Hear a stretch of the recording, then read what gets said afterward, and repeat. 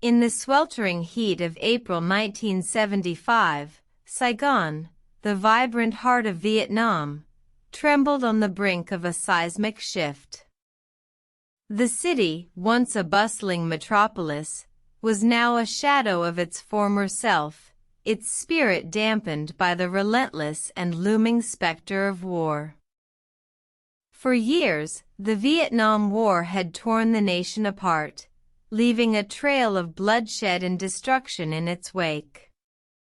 The North Vietnamese Army, relentless in their pursuit of a communist victory, had been closing in on the city, and the South Vietnamese government, weakened by corruption and internal strife, struggled to hold on. As the days turned into weeks, the situation in Saigon grew increasingly dire. The U.S. had withdrawn its troops, abandoning the South Vietnamese forces, leaving them to face the enemy alone.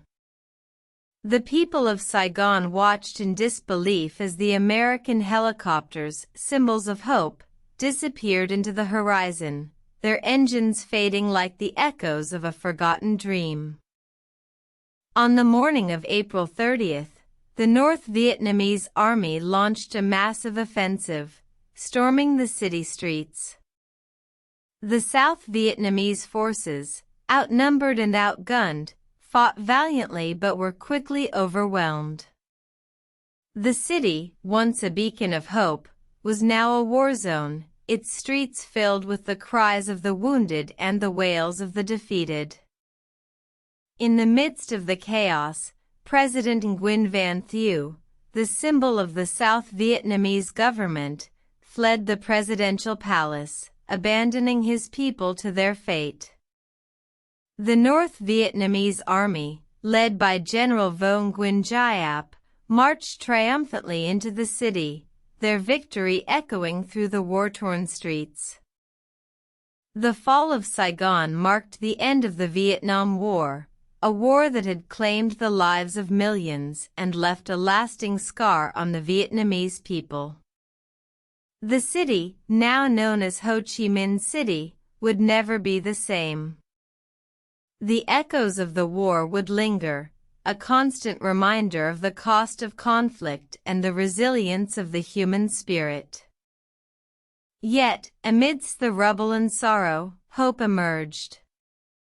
The Vietnamese people, though battered and bruised, refused to be defeated. They picked up the pieces and rebuilt their lives, their city, and their nation.